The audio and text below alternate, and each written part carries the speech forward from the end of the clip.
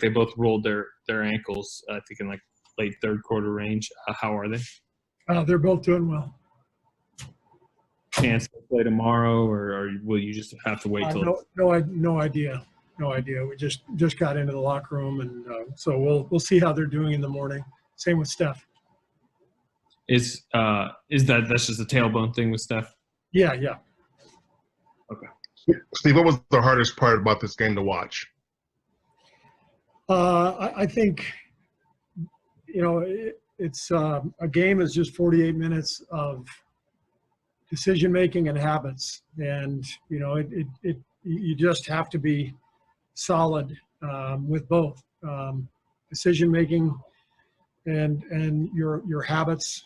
The skill work you work on.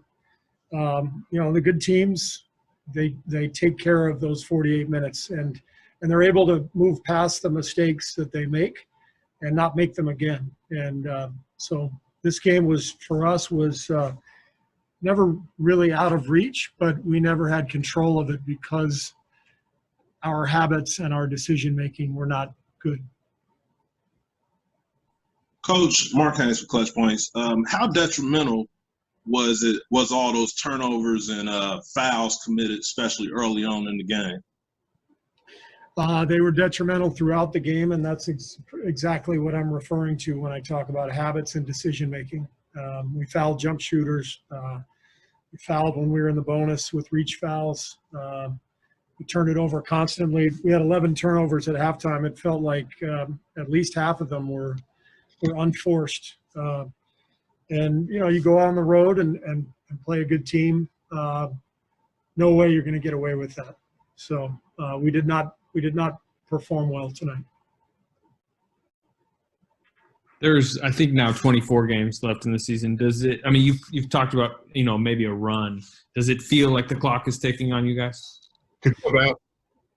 Yeah. I mean, we're right in the thick of it, obviously. And 24 games is actually a lot when you're talking about, being, within a game or either in front or behind, teams that are in your group. So there should be a sense of urgency because this is the stretch run. But there is time for us to get it going. But it's just cheap talk if we don't actually play like it. And what I mean by that is we can't turn it over 20 times and we can't keep fouling jump shooters. We work on this stuff every day, and we have not been able to execute in those areas, and it's very frustrating. Could you have asked any more in any way from Steph tonight? No. Steph was amazing down the stretch, particularly, but always competes, always fights, and I thought he was tremendous. There was a slow start for all of us. It was a very slow start, which was disappointing, given that Miami played last night in Indiana, got home late.